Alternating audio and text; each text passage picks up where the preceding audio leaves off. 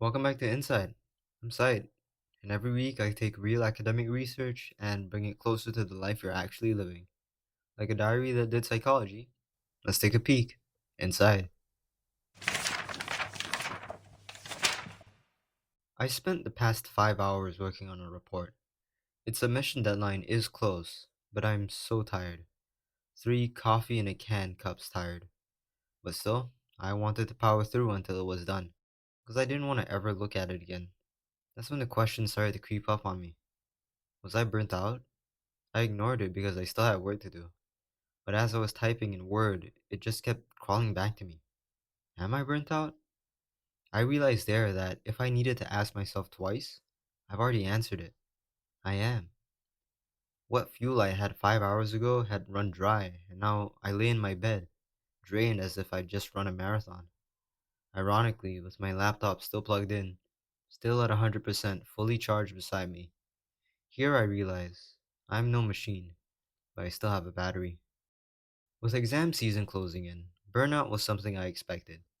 Everyone I knew and had met this past week seems to share that same exasperated sigh of productivity. We all know that burnout is bad.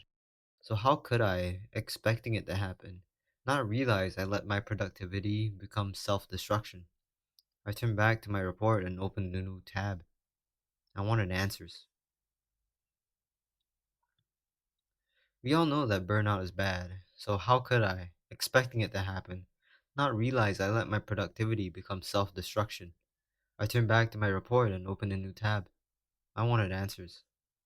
I found a paper that looked at how something like burnout could connect with something as hopeful as well being. As I read about general practitioners, those who deal with way more than I do, helping others through providing healthcare, I slowly saw myself in them. The paper said that burnout lays on a spectrum, like a sea of self destruction, one that flows between 7 different themes. Two of them caught my eye: exhaustion and disengagement. Exhaustion was obvious, but the latter, disengagement, was something I didn't even realize had happened. I knew burnout made me tired, but I hadn't realized it had also made me stop caring. These are people who chose a career around caring for others, and burnout had made them hollow through no fault of their own. I looked back at my report. If it could do that to them, I knew what it had done to me. I become disengaged. I looked at my report like it was a chore, and this began to show beyond the screen.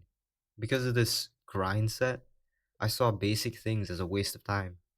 I'd skip meals, push away friends, and stayed up so late to the point where what I had made wouldn't even be worth it. This wasn't gonna work, so I thought I'd try something. I unplugged my laptop. I was going to let my laptop die. And so I continued working on that report, this time fully aware I was on a timer. And since I had no idea how fast or slow my battery would die, I had no idea how much time I had left. So I locked in, more immersed than I ever was before. There were no distractions, just me and my soon to die laptop. After about 2.5 hours, my laptop gave me that dreaded low battery pop up. Instead of plugging in and trudging on, I closed my laptop. That didn't feel like 2.5 hours, it felt like 45 minutes. And so, as the pixels on my laptop screen dimmed, new light appeared everywhere else I looked. I stepped back and made dinner while my laptop charged. Letting it die gave me space, a chance to breathe, to rest, to recharge. I invite you to try and do the same. Rest days exist for a reason. You are no machine, but you still have a battery. And that brings us to the end of this week's Insight. Thank you for spending your time here. If something today stayed with you, the best way you can support is to share it with someone it may reach. You can also follow the show wherever you listen.